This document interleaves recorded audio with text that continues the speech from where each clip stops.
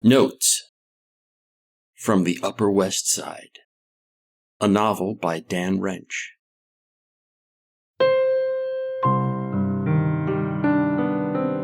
Chapter 135, Leatherpants.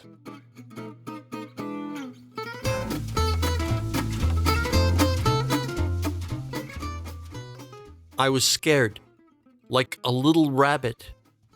Maybe not all the way scared. I was what you might call wary, if wary means you can't imagine an axe blade in your face, but you're still all set to run and hide at a moment's notice. I definitely wanted to be one of those people who does not get involved if violence is about to happen. That's what I was thinking at the time. I thought, if there's going to be violence, I should be smoking and swilling in a bar down the street.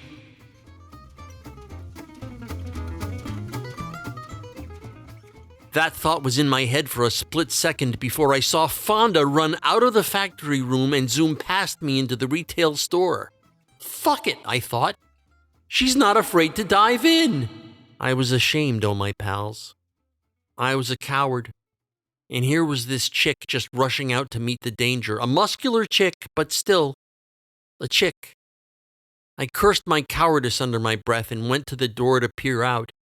Fonda had left it open a crack, and I could see the retail room goings-on without exposing myself. It was May, so the light wasn't fading as fast as it used to, but still, it's almost all the way out. So the indoor lights are beaming hard in ye old tobacco shop. These lights were little fixtures of white globes and glass to give off a candlelight effect. And I could see this guy in a long black trench coat all alone in the store, in front of the counter.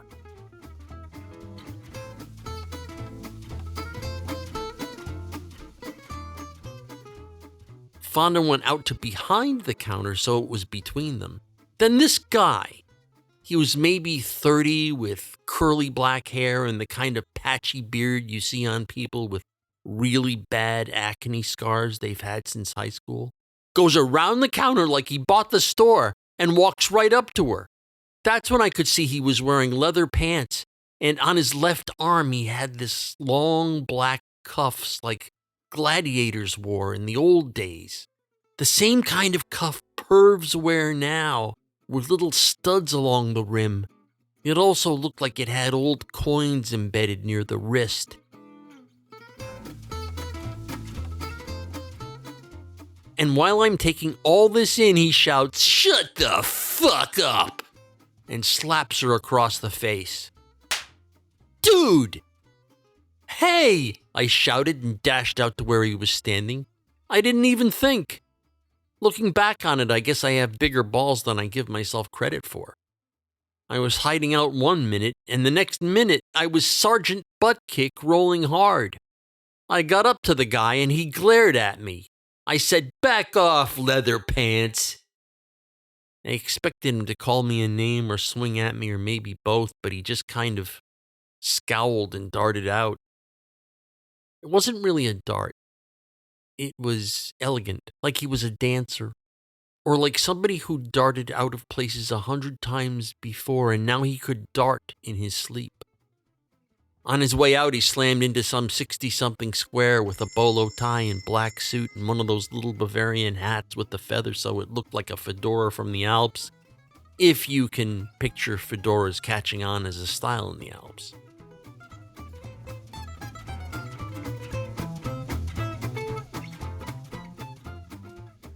Bolo Tie grinned at Leatherpants and then looked over at me. He was still grinning as he went into the shelf aisles and started looking through the big canisters of tobacco. Clearly a regular customer.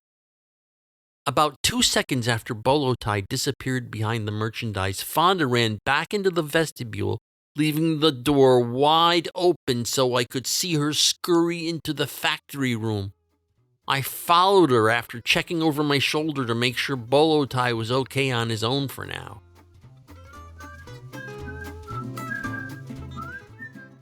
When I closed the factory door behind me, Fonda folded her hands over her abs and her face was really red and she was grinning and looking straight into my eyes. I played the mature card with all my muscles. Are you I paused so she would know I was trying to find the exact words that mean, I care so deeply. Are you okay?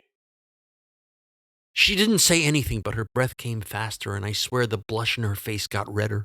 Fonda? You definitely were not supposed to see that. She laughed and then quickly put her hand over her mouth and stared wildly into my eyes, like awaiting my verdict, like I'd caught her with a vibrator in the girls' locker room. But before I could say anything, she turned around and went to a workbench down in the corner away from the door. And weirdly, right that second, I was having only the grown-up thoughts.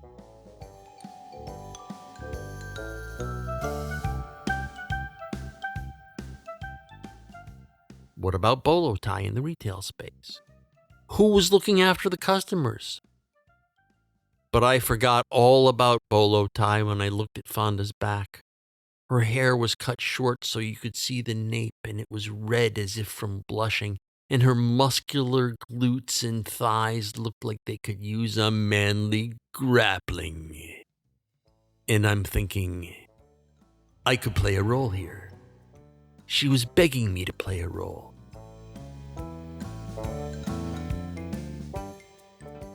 Like she was in a seriously broken relationship with a hothead and needed the cool hands of a man of experience. The hands of a man she would later reward with the daily draining said man once received from a chambermaid at the Commodore Hotel. Hey, Paul! Bang shouted in a whisper. He was like a drill sergeant who doesn't want to wake up his wife while marshaling his kids to the school bus. He yanked his head in the direction opposite as if to say, get over here. So I went over to him, still thinking about how I could become Fonda's champion and get regular blowjobs for it. What? I sort of whispered when I got up to Bang. She's a freak, he said under his breath.